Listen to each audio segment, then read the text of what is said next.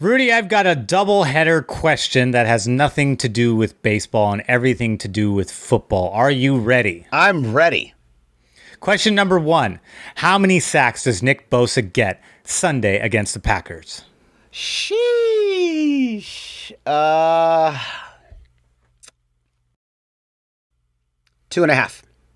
2.5. Ooh, I guess. Okay, bonus question. Who does he share that half with? Javon Kinlaw. Javon Kinlaw. Okay, so be it. And now question number 2. Will Trey Lance have a big breakout run touchdown score? Oh, man.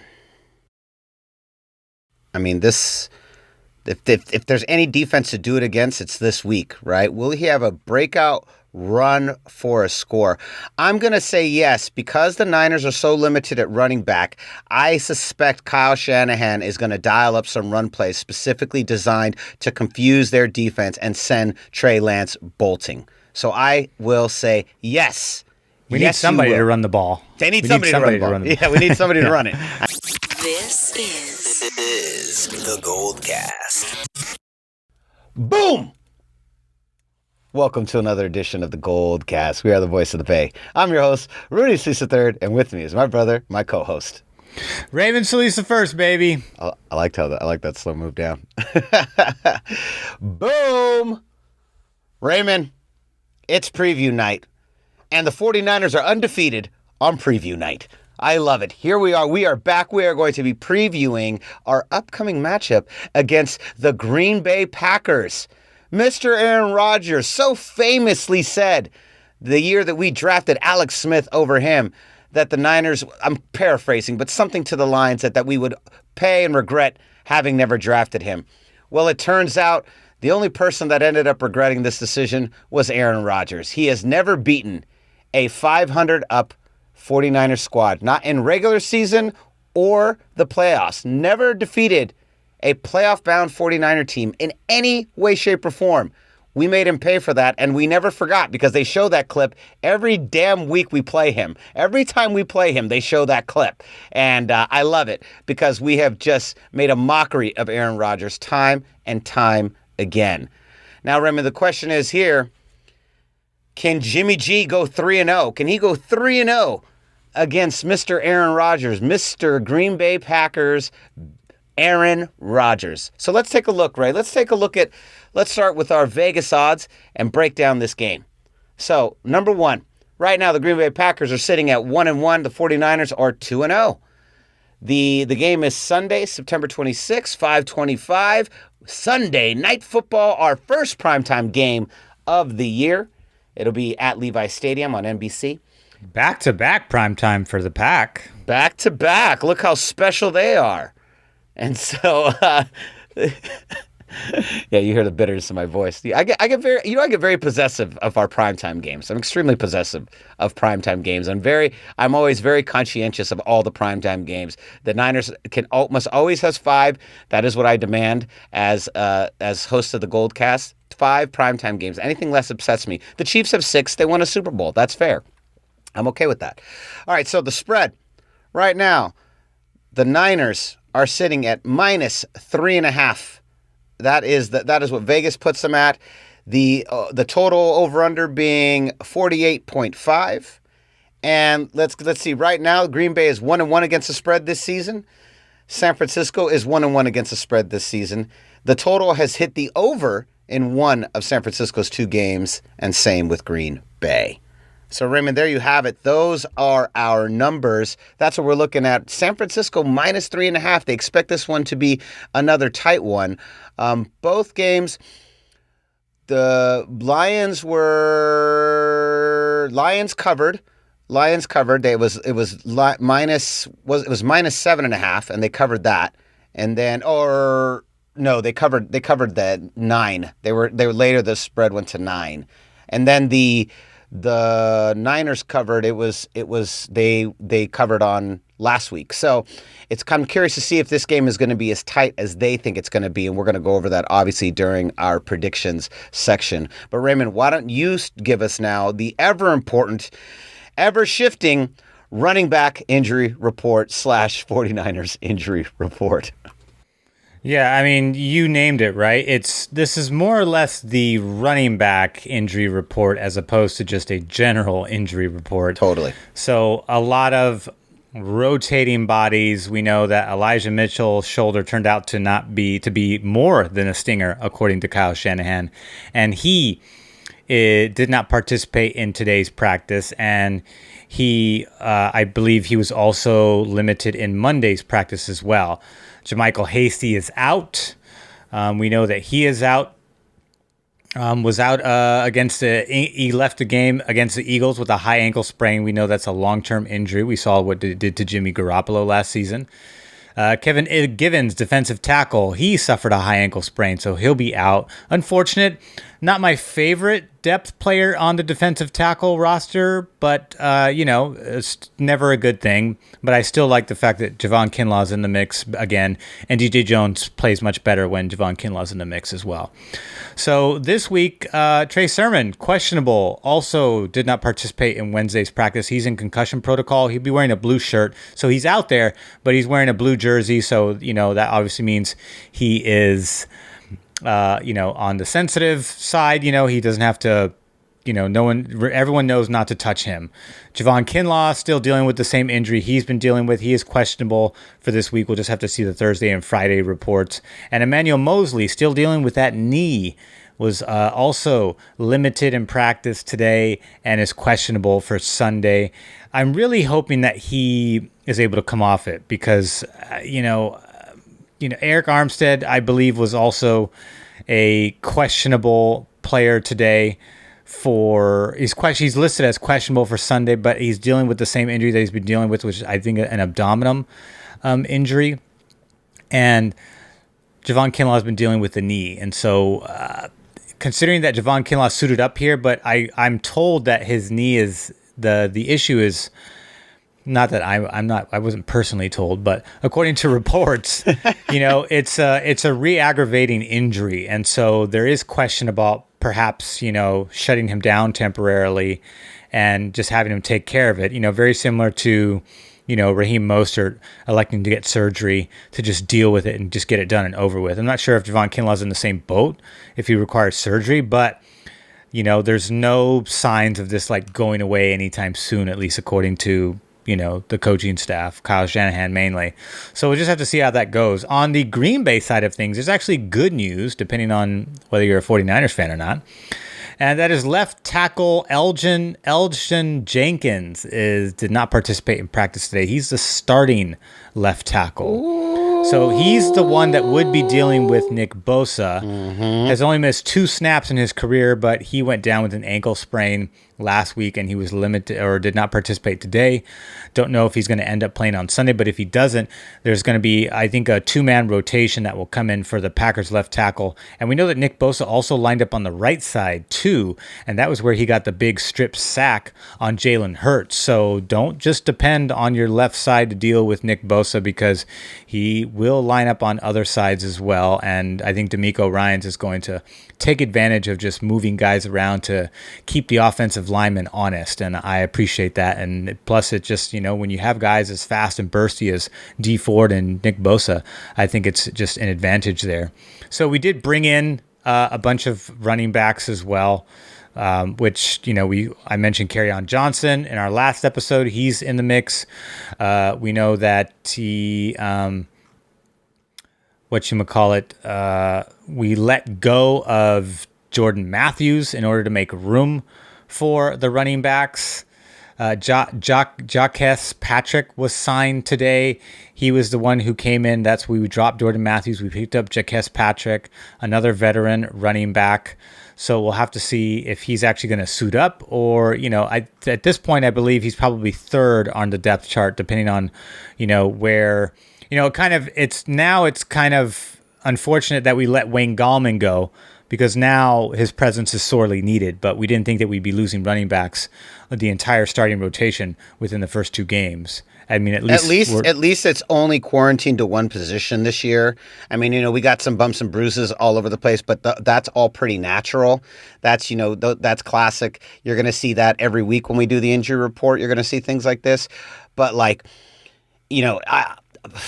I don't really want it to happen to any of our guys, but I'd rather it happen to just one position versus the entire team, like we've had many years with the Niners.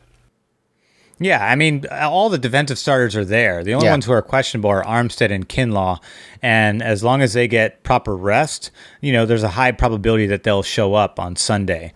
Emmanuel Mosley is really the only question mark, but we know that Diamador Lenore has been filling in nicely. He's had ups and downs, but he seems, he's not shaken up by the challenge. He seems to want to embrace it. He seems to want to improve. So that's promising for his development going forward. The point is that, him and if we actually need Emmanuel Mosley back, because the matchup problem here is obviously Devontae Adams, who, that's really the disadvantage that we have right now. So we have to heavily lean on the pass rush to disrupt Aaron Rodgers' timing if we want a chance there. But I mean, that's the gist of the injury report.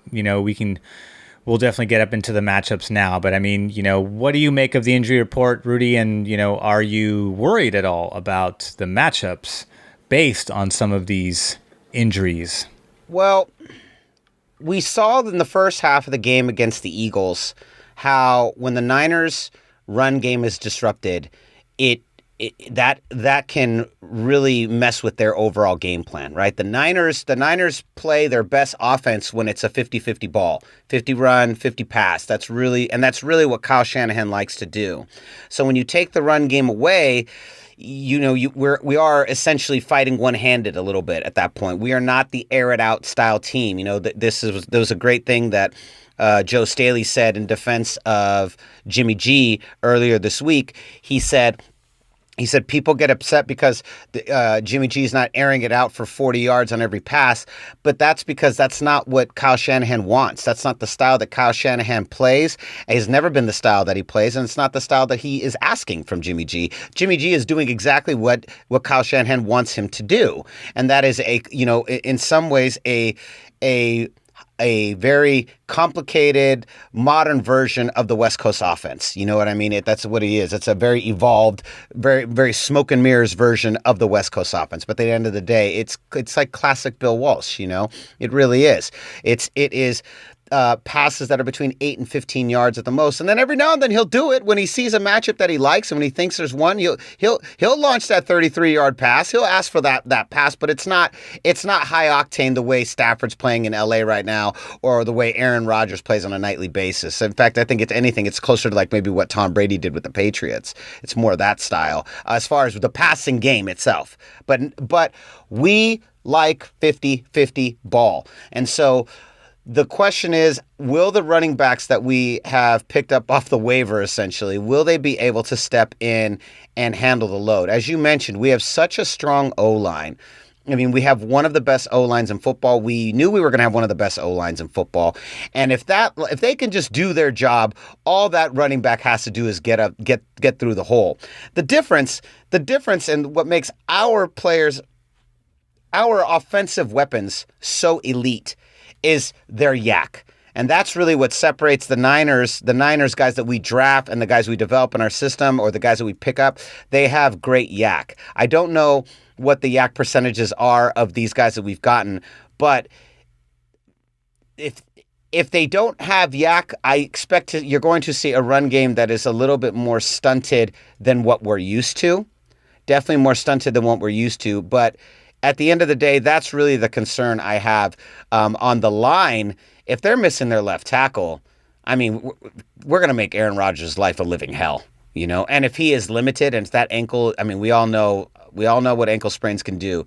If he's limited in his mobility, good luck. Because I don't wish injury upon anybody, but this is football, and in football, you exploit any possible opening you have. And so if his ankle's hurt and his ankle's injured, then we're going to exploit that. We're going to exploit that all day, and it's going to be a long day for Aaron Rodgers. And if we can get to Aaron Rodgers, which I believe we will, I mean, there you go. That's a big part of the game right there. But Raymond, why don't you drop the matches? I'll tell you who I'm concerned about, and I want to hear what your thoughts are on the Aaron brothers, not Rodgers, Jones.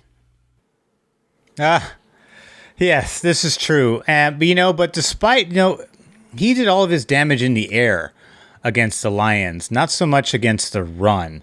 Aaron Jones had 6 targets, 6 receptions, 48 yards, 3 touchdowns. On the ground, 17 carries, 67 yards, 3.9 yards average, 1 touchdown. His longest run of the day was 9 yards against the lowly Lions. So they only amassed 96 yards total against the Lions on that day. A game when they were, clearly blowing out the Lions. And, A.J. Dillon was even worse in terms of his yards per average. They brought in Kylan Hill later on. Aaron Rodgers had a few runs. Jordan Love had a run at the very end, more like a TFL. But, this team's one of their strengths is, in my opinion, not going to fare very well against this Niners front, and that's the run game. Aaron Jones, people believe, is a poor man's Alvin Kamara.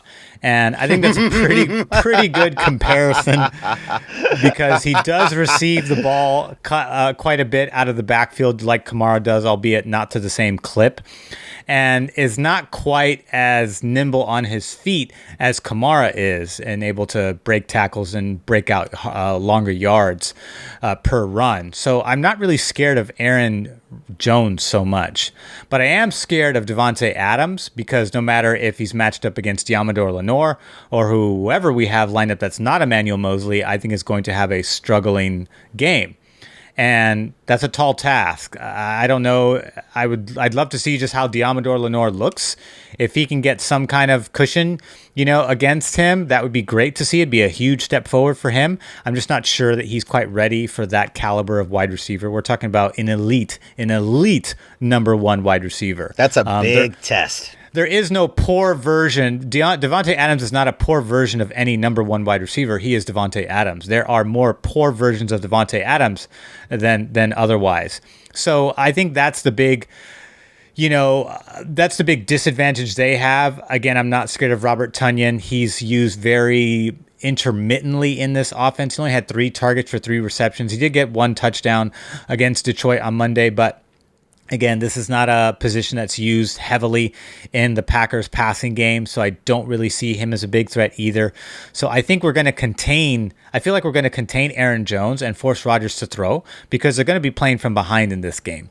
The one advantage they do have is against our secondary and Devontae Adams matchup, so I think Rodgers and company are definitely going to take advantage of that and target whoever is covering him like crazy. So if you do have Devontae Adams for fantasy, I would definitely play him because I think he's going to have a good game no matter what. He puts up good numbers against us despite all of them being losing efforts. He had the big touchdown in the opening drive in the first matchup of the 37-8 blowout, and I'm not sure. I think he had another touchdown in the NFC Championship game too, but I could be mistaken there. But either way, I think that the tall task lies squarely in the court of the Packers. They have to stop our running game because some analysts think that we're not going to be able to run.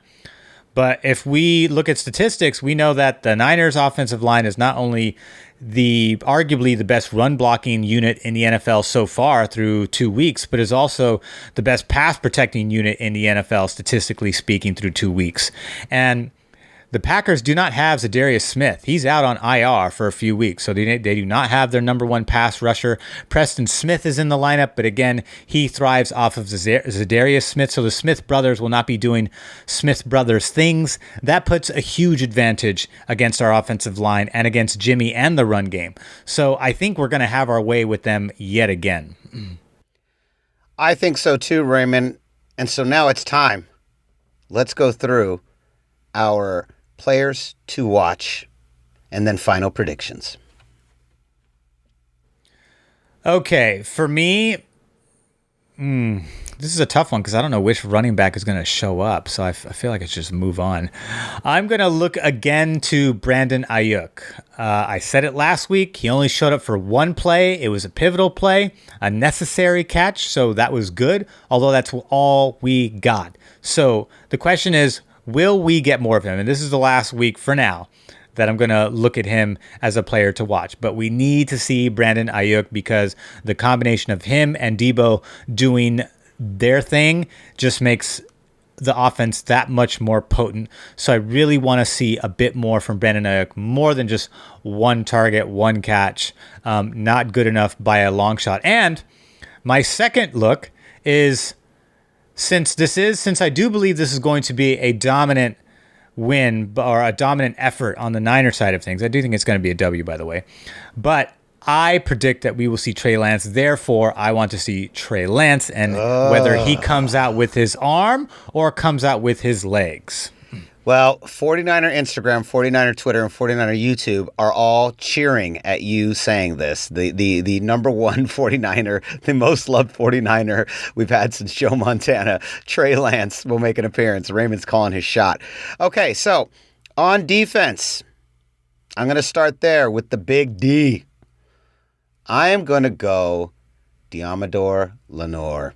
This is your time to shine, my boy. Let's do it, guy. Let's get out there and get busy. I want to see, can he continue his success, as you mentioned, against a high-flying, high-powered offense like the Green Bay Packers? If he can shine again in this game, we might be wrong. This might be the breakout player of the year. So let's see. This is a real big test for him, and you know, sometimes rookies get burned, but sometimes rookies shine. So it's kind of that's who I want to see this week. On offense, I too am doing a repeat of last week, and I want to see, can Jimmy G continue? We had we were on the struggle bus in the first half of the game, first half against the Eagles. We were in the struggle bus, but then he really pulled it together. So can we carry that into this week?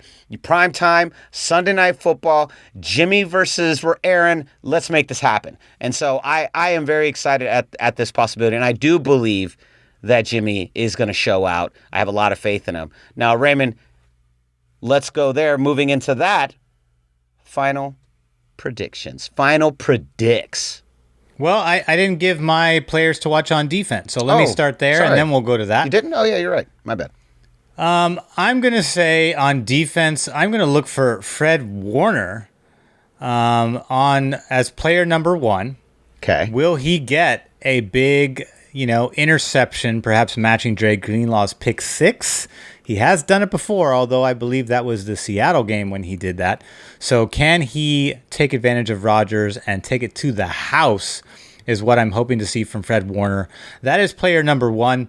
Player number two, will Eric Armstead get into the mix and get his first sack? I'd like to see that from him. Seems like he's struggling a little bit.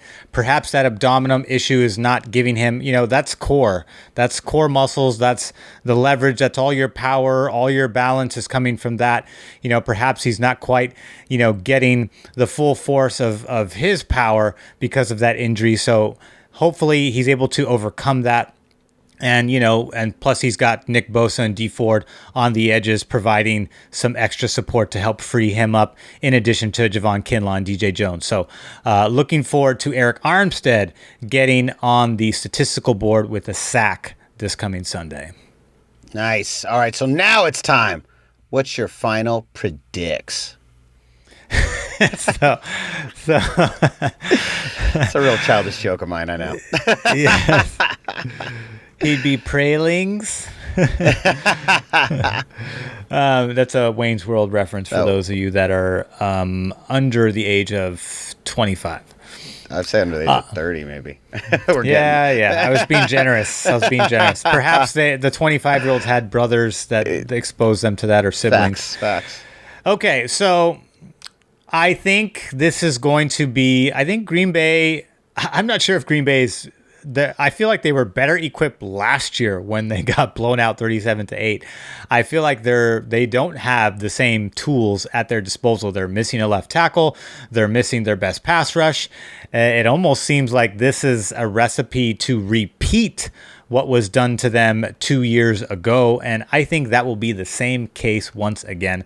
I'm predicting the exact score that they got on Detroit, we will get on them. 35-17, Niners win. Okay. I thought you were going to go with the first game. I was like, you really think they're only going to put up 3 points? I was like, damn.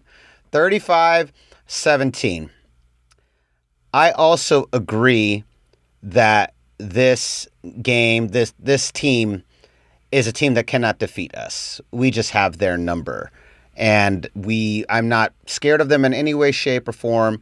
And I believe that the defense, in particular, their defense is banged up and is not at 100%. And their defense never plays at 100%, even when they're good. Their defense has always been one of their biggest crippling parts. And now it's even more hobbled than normal. Our defense always plays them at a very high clip when we are playing at this level. I expect a dominating win, but probably, you know me, I expect a little bit closer. I'm going to go closer to the Vegas odds. I'm going to go 31-35. It's a tight game. Whoa. Yeah. You think Rodgers and company put up a fight? Well, I think our secondary is vulnerable, and I think that this is going to be a big test for them. But hey, I could be wrong. That is Rodgers' strength. Yeah, it is Rodgers' strength. It is. So, that's what I say. It's going to be a tighter one. And what say you, GoldCast Empire? What is your final prediction for this game? Who are the players you want to watch? Let us know in the comments. Go to youtube.com/thegoldcast. Let us know. And don't forget to like, comment, and subscribe. Hit the notification bell. And so concludes another edition of the GoldCast. We are the voice of the Bay. I'm your host, Rudy Sleece III, and with me is my brother, my co-host, Raymond Sleece the first, baby. Boom!